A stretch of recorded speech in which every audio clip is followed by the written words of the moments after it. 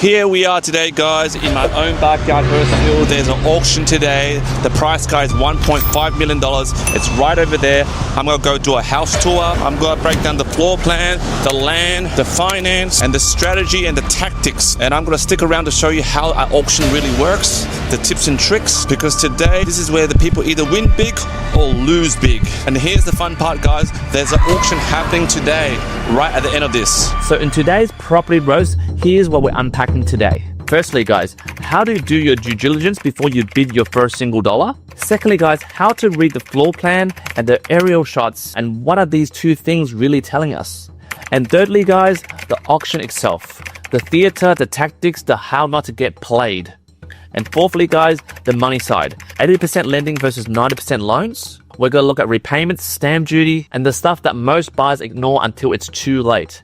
And fifthly in this video, the investor lens. We're going to look at rental yields, outgoings, and whether this block itself can actually pay by itself. Firstly, guys, due diligence and pre-auction preparations. So for the peeps that's watching this at the moment, for the first-time buyers or investors, this is where you make or break the deal. Before the auction even starts, due diligence is your armor right now. Without it, guys, you're basically bidding blind.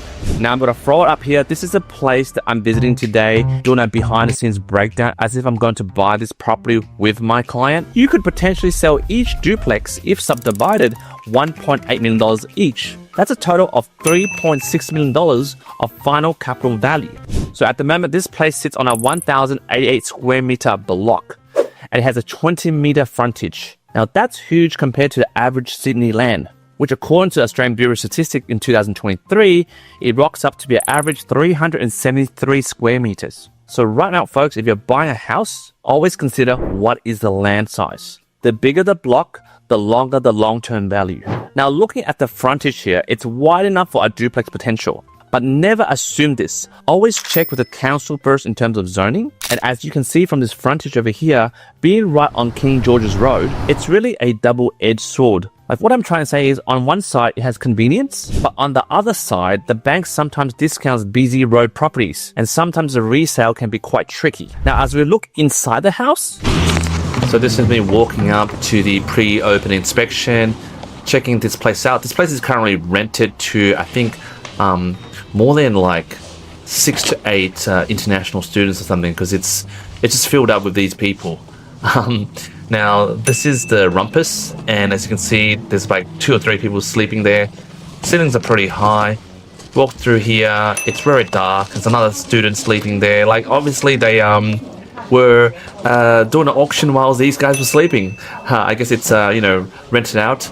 And then this is the one of the hallways where there's a bit of a pantry on the left that leads into the bathroom, and pretty high ceiling as you can see, so a lot of potentials for upgrade. It's definitely an upper fixer home over here.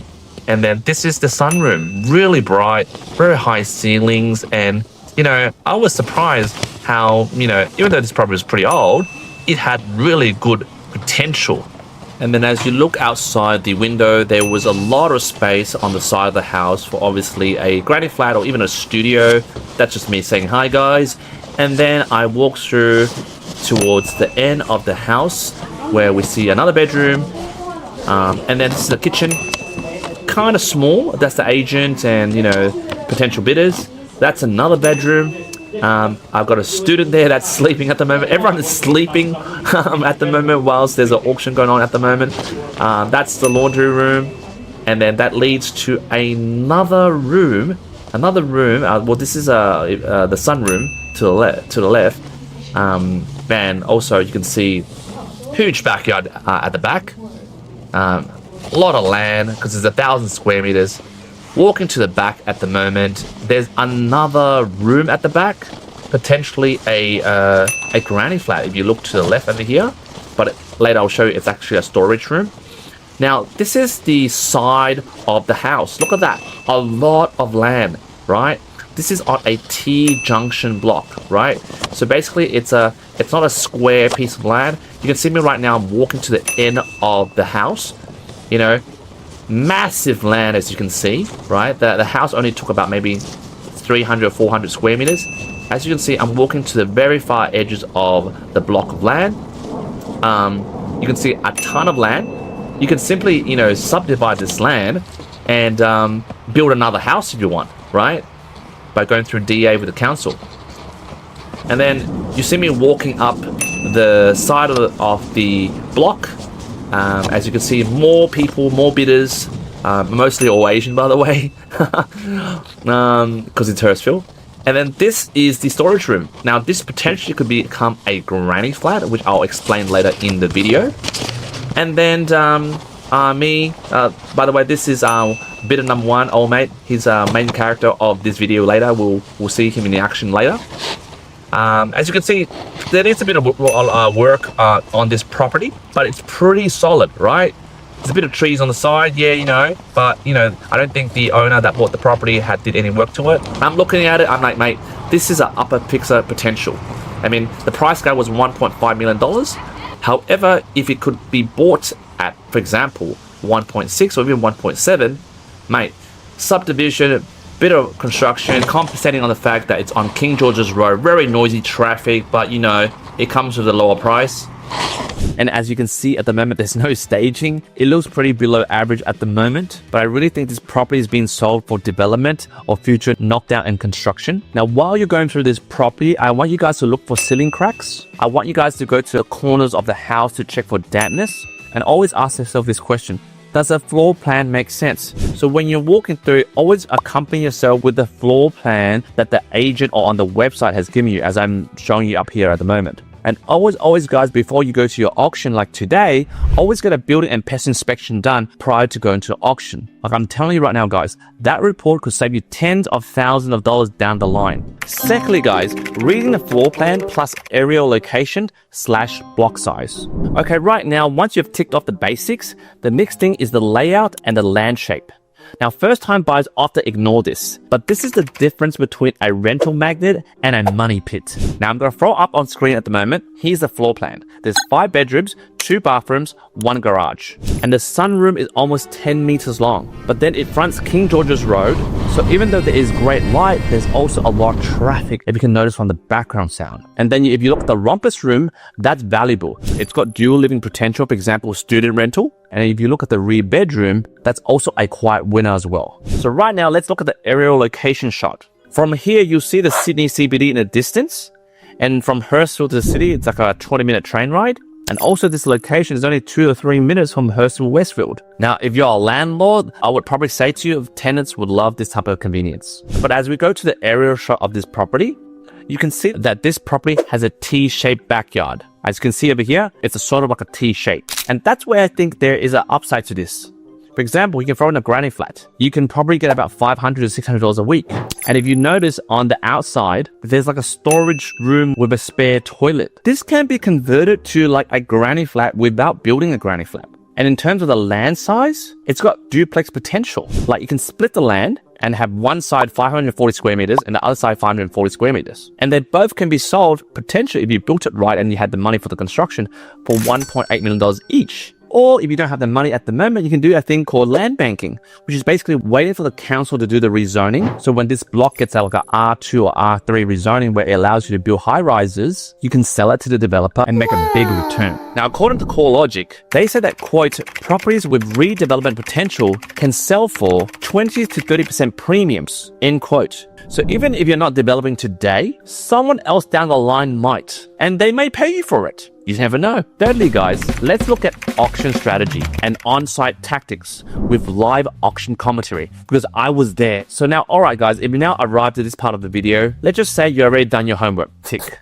But I'm telling you right now, the auctions are where most first-time buyers and investors crash and burn. For example, I'm telling you right now, auctions are designed to be emotional, they're fast, and they're designed to make you overpay. So right now, let me break down the live auction I just filmed here and see what we can actually learn from this. So over here, guys, let's look how the auction played out. So at the moment, right off the bat, the auctioneer came out with the usual theater. A big smile, big voice, pumping up the zoning and the land size, right? And as you can see here from old mate over here on the left, someone tried to sneakily start at $1 million. Now that's a bloody rookie mistake. As you can see from the auctioneer, it was immediately brushed off. And as we fast forward the action, the real action only started at $1.5 million. And then from there, guys, bidding moved in 25,000 and 10,000 chunks. And then later down the last leg of the auction, you could see it shrank to 2,500 dribbles to even 1,000 to 2,000 counters. But eventually, guys, the hammer finally fell at $1,778,000,000. So right now, guys, from this auction alone, here are 5 key tips for you viewers out there so you can learn from this. Number 1, guys, start strong, don't lowball. Because like all my over here, when you're opening at $1 million on a $1.5 million price guide, it kind of looks stupid, and immediately off the bat, it's not funny, and most likely you already lost credibility in front of the other bidders. So guys, if you're serious, always start near the price guide where you start strong and you anchor the auction and look confident. Number 2, guys, control the rhythm. If you look at the couple, the Asian dude over here, right? The bidder who opened at $1.5 million, he already set the tempo, and all other bidders around him, which were the other 2, ever had to follow him and react. And overall, as you can see from this example, quick, confident bids project deep pockets, while slow, hesitant bids do the opposite. Number 3, guys, break the pattern. So I can see from this auction alone, most bids were neat 5,000 to 10,000 jumps, or in this case, sometimes 1,000 to 2,000 jumps. It's very predictable. Like what they could have done is, like, for example, throw like a 37,500 jump or something like a $50,000 knockout bid. Like what this does is it can shock the room and scare off the potential rivals. And tip number 4, guys, always avoid the death by 2,500. Like as you can see from the video over here towards the end, the bidders were sort of like nibbling, right? Like I call them nibbling bids. Like one guy will be like, oh, I've gone by 1,000. Another one will be like, oh, another 1,000 and another 1,000. Like that screams desperation. Like I'd rather rather bow out clean and not bid at all, or make that one last bold jump rather than looking like they just tapped out.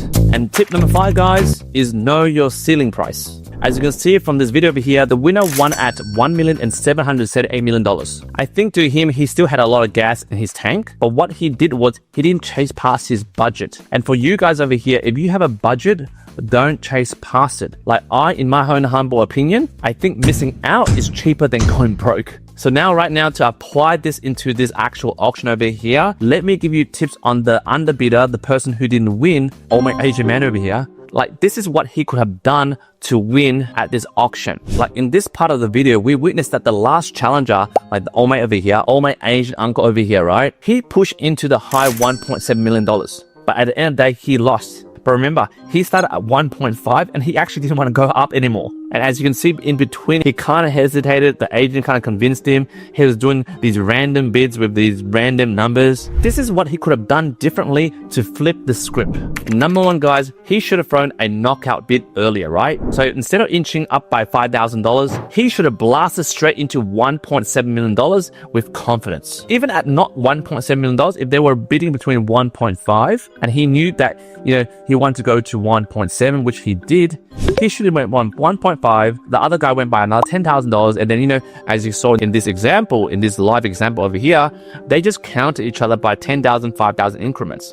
If he went strong and went from 1.5 to 1.550, and then the other person would have responded by 5 or 10,000 increments, and then he pulled it to 1.6, a move like that will rattle the other guy off. And the number 2 tip that he should have done better was that he should have responded faster.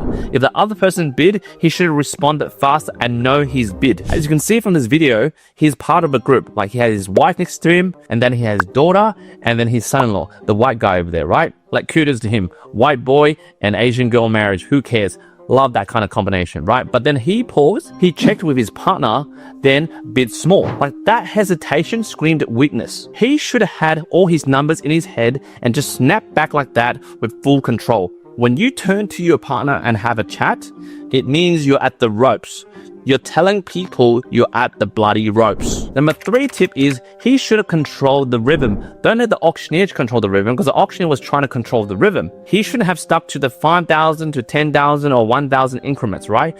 He should have thrown like a 17,000 bid or a 37,500 bid.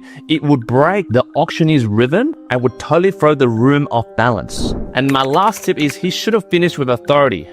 As you can see from the last leg of this auction video, the last bids were very tiny gasps. Like instead of one bold bid to $1.8 million, he just incrementally increased by $1,000, which the other young dude saw in his face and his actions and sealed the deal at 1,778, which then he bowed out. So what I'm trying to say in this video is auctions just aren't about money. It's literally like a poker game. The underbidder had the funds. Like as you can see from this video over here, the underbidder had the funds, but not the tactics. And at the end of the day, guys, confidence, rhythm, and boldness often beat hesitation. So if you follow those tips above and you can make yourself look like you've got endless money, sometimes you win before your bank balance even matters. And now fourthly, guys, in this video, let's look at the finance breakdown and the numbers crunch. And let's apply this with the real auction results. Alright, so right now the hammer didn't fall at $1.5 million. It sold for $1.778 million. And that's the reality, guys. The guide's the bait and the hammer's the truth. So right now, let's break down what it actually costs to own this place and not just win the bid. So at an 80% LVR, guys, as you look at this diagram over here, as an owner-occupier, the contract price will be $1,778,000. Now at an 80% LVR, the loan amount is $1,422,400. Now you need a deposit of 20% to stay away from mortgage insurance. That equals $355,600. Either you're getting a cash out from another property to buy this property, or you're using your own cash, or maybe in old mate couple over here is a bank of mum and dad. Now, in terms of stamp duty, it's around $76,500. And then we need to include legal costs and inspections, roughly budget around $5,000 in total. So that brings us to a total upfront cash needed of $437,000. Approximately. Now, as an owner-occupier, you are only allowed to get principal interest repayments. So at a 5.45 interest rate, the repayment is $8,100 per month approximately. That equals to be roughly $97,000 a year in terms of repayments. Now, on the other side, if you're an investor and you want to use a 90% LVR, the loan amount would be $1,600,200. And because you're an investor and you want to use lease deposit to buy this property for investment purposes, because you want to highly negatively gear the loan, the 10% deposit is $177,800. Stamp duty, the same thing, $76,500. Now, because you're borrowing over 80%, at 90%, there's lender's mortgage insurance. Now, that's roughly 2% of the loan amount, but it varies by lender. But for this example, let's just say 2% approximately. And that works out to be $32,000 to $35,000. And this is usually added on the loan. And again, guys, there's other miscellaneous costs, including legals and building inspections. That's around $5,000. So the total upfront cash needed is $260,000. So if you add all these figures up together, excluding the mortgage insurance, because we're also borrowing that, the total upfront cost is around $260,000. Now, if you're an investor, this is not like a preference on financial advice. If you chose interest only at 5.89%, the repayment will be $7,900 per month. That equals to $95,000 a year interest only. Now, right now, let's look at the investor's view. Let's look at the rental reality check. The gross rent range is from $1,090 to $1,355 per week. That's roughly around $50,000 to $69,000 of rental income per year. Now, comparing to repayments at 80% LVR, that's a $28,000 to $40,000 cash flow deficit per year. And at a 90% LVR, that's a $45,000 to a $50,000 deficit per year. And this, guys, is before council rates, insurance, land tax, and property management fees. And on top of that, maybe potential repairs. So right now, guys, at the actual hammer price of $1,778,000, you're not just buying a house. What you're really signing up for is a $437,000 cash upfront at 80%, or a $260,000 cash upfront at 90% LVR with a sting of LMI and way higher repayments. And here's the kicker, guys. The rent doesn't cover the mortgage. You're bleeding tens and thousands of dollars every year in negative cash flow. Now, for me and most of my savvy investors, that is fine if you've got a long-term strategy. So if you guys thought the $1.5 million guy was reality, man, you guys are just simply noobs because you're already underwater before you even collect the keys. To really buy this type of property, you really have to have a strategy in place. You got to have a financial advisor, most probably an accountant to calculate the tax deductions before you jump in as an investor, and also a holistic lending game plan to make sure most of your borrowing power is not tied up to just this property alone. So this is where I go to the fifth part of this video. Investor lens, we're going to look at the rents, the costs, and is this a good buy and who is this buy for? So alright guys, you've seen the hammer price and you've seen the mortgage numbers. But the question every first time investor asks me is that Q, is this actually a good buy? So right now, let's break it down like an investor, not just a home buyer. So right now, let's look at the cash flow today. The rent could be potentially $1,090 to $1,335 per week. That's literally $50,000 to $69,000 of income coming in per year. But again, guys, that's not accounting agent fees, maintenance costs, land tax, and other miscellaneous fees. Now, if you kept it on 80% LVR with a P&I repayment, it's around $97,000 a year in terms of repayments. And the shortfall over here is around $28,000 to $40,000 a year. And the short answer is, as a straight rental, it's a negative cash flow property. And if you're not like most of my clients and myself who are running businesses, which means you don't really have strong income to hold on to this and manage the holding costs, you can't really see the capital growth potential, which right now I'll naturally segue to the capital growth potential. As you can see, if you're buying this property, you only want to buy this property with a developer mindset. The block size is 1,088 square meter and it has a 29 meter frontage. That's very rare in Hurstville, guys. And right now, let's look at the demand drivers. Number one, it's within 450 meters of the station and it's got rezoning potential flagged. If you have the capital funds or if you have the borrowing capacity, what you could do is bulldoze this place, knock down and rebuild. You could potentially build 2 duplexes, like a 5-bedder duplex. That will probably cost you between $1.6 to $1.8 million construction costs. Now, given the proximity of this property, which is the land size, to the city, to this train station in terms of convenience and Hurstville shopping center, you could potentially sell each duplex, if subdivided, $1.8 million each. That's a total of $3.6 million of final capital value. And right now, guys, think about it. You bought it for $1.778. And depending on your feasibility study, you can potentially do a knockdown rebuild for a duplex or simply just land bank it. Keep it as it is and just rent it out. Like at the moment, it's currently tenanted. Or you can see from the aerial view, the land is sort of like a T shape. And it sort of has a potential of a granny flat with that extra spare room at the back. But then on the side, as you can see from the aerial shot, there's plenty of space to clear away for another granny flat or a studio. That's an extra rent of $500 to $600 per week. Imagine 2 of them are running at the same time, plus the main house. That can more than cover the repayments for this property if you do buy it as it is, without touching the main house. So this is the key takeaway for you guys watching at the moment. This buy over here isn't a buy for mum and dad investors chasing their rent. This over here is a land bank play. You either duplex it, granny flat it, or sit on it until the zoning changes. So if you're trying to treat it like a normal rental, don't buy it, guys. You're gonna drain yourself dry. But if you play with long game and you have a bit of capital under your wallet, it could be a generational wealth rock. So right now, guys who are watching this, thank you for watching thus far. This is my closing perspective. Don't get hypnotized by the auctioneer's chant. I want you guys to do your numbers, run your due diligence, run through your bidding strategy the night before, and most importantly, guys, do your due diligence, especially the finance due diligence. Make sure you have enough borrowing to borrow in case the property goes above the price guide. So right now, if you guys watch this and you're like totally confused, I suggest you either book a 15-minute strategy call or a 16-minute deep dive with me for me to go through a holistic game plan solution with you in terms of the lending, the structuring, and any tips and tricks you want to ask me in terms of my 15 years of experience. If you like this video, hit the like button, hit the follow button, and most importantly, smash the share button because knowledge is power. I'll see you in the next few days in that property roast.